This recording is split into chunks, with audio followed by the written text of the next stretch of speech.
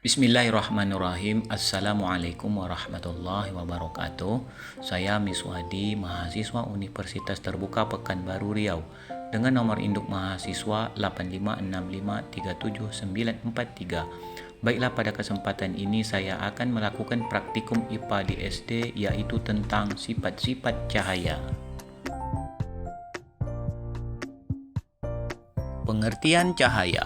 Cahaya termasuk gelombang elektromagnetik karena cahaya dapat merambat tanpa zat antara atau medium. Cahaya merambat menurut garis lurus. Pemantulan dari cahaya juga terjadi ketika mengenai permukaan yang refleksi. Tujuan percobaan. Adapun tujuan percobaannya adalah sebagai berikut. A. Menjelaskan sifat-sifat cahaya. B. Menjelaskan sifat-sifat bayangan yang dihasilkan oleh cermin. C. Menjelaskan sifat-sifat bayangan yang dihasilkan oleh lensa. D. Menentukan fokus cermin cekung. Dan E. Menentukan fokus lensa cembung. Percobaan pemantulan cahaya. Alat dan bahan. 1. Cermin datar. 2. Cermin cembung. 3. Cermin cekung. 4. Lampu senter. 5. Busur derajat. 6. Kertas putih. 7. Lilin. 8. Layar. Dan 9. Celah cahaya.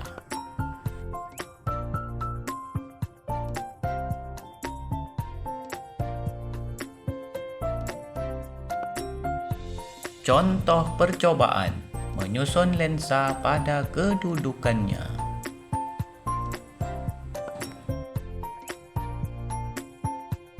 Mengukur besar sudut R dan sudut I.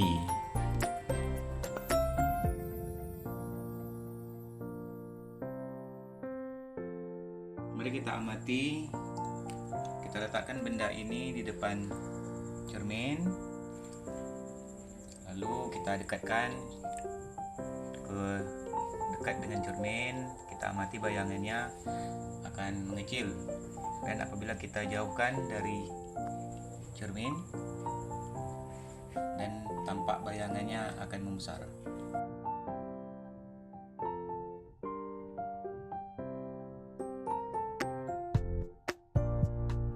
Percobaan pemantulan cahaya pada cermin cembung.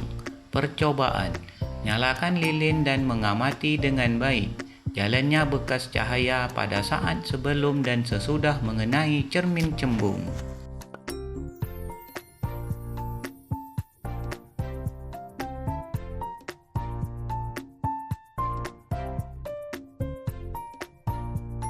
Menggambarkan jalannya cahaya sehingga tampak sudut dan sudut pantulnya, serta bayangan yang terbentuk.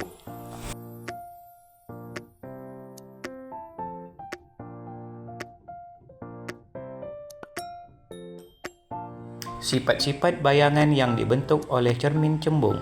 Cermin cembung memiliki sifat 1. Maya. 2. Tegak dan diperkecil. Bayangan ini selalu berada di belakang cermin, tidak dapat ditangkap layar dan posisinya selalu tegak. Selain itu, bayangan yang dibentuk cermin cembung selalu lebih kecil dari ukuran benda aslinya. Percobaan pemantulan cahaya pada cermin cekung. Percobaan. Menyusun alat terlebih dahulu.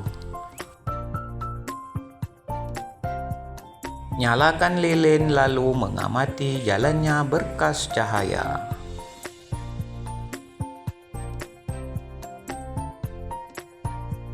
Menggambarkan jalannya berkas sinar.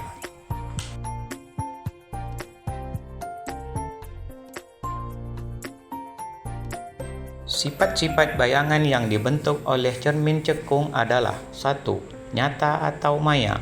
Bayangan yang dibentuk oleh cermin cekung dapat berupa bayangan nyata atau maya, tergantung pada posisi benda.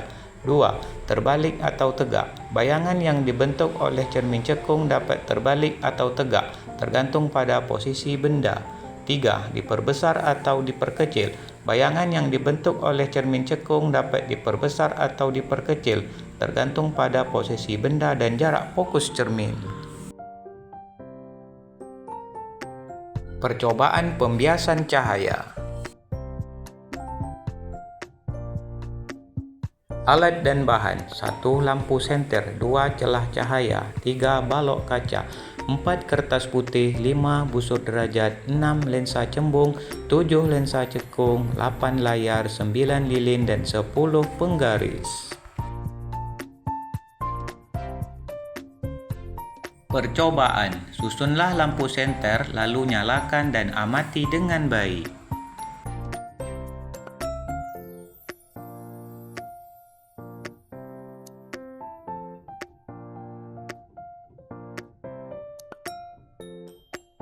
Penggunaan lensa cembung pada sebuah tulisan.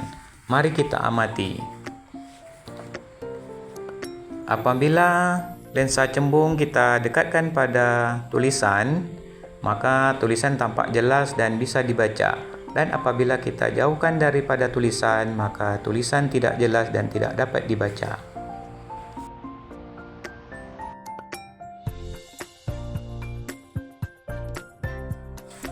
Ukur jarak benda S dan jarak bayangan S dan sifat-sifat bayangan yang dibentuk lensa cembung. Demikianlah hasil praktikum yang dapat saya sampaikan. Semoga bermanfaat. Terima kasih.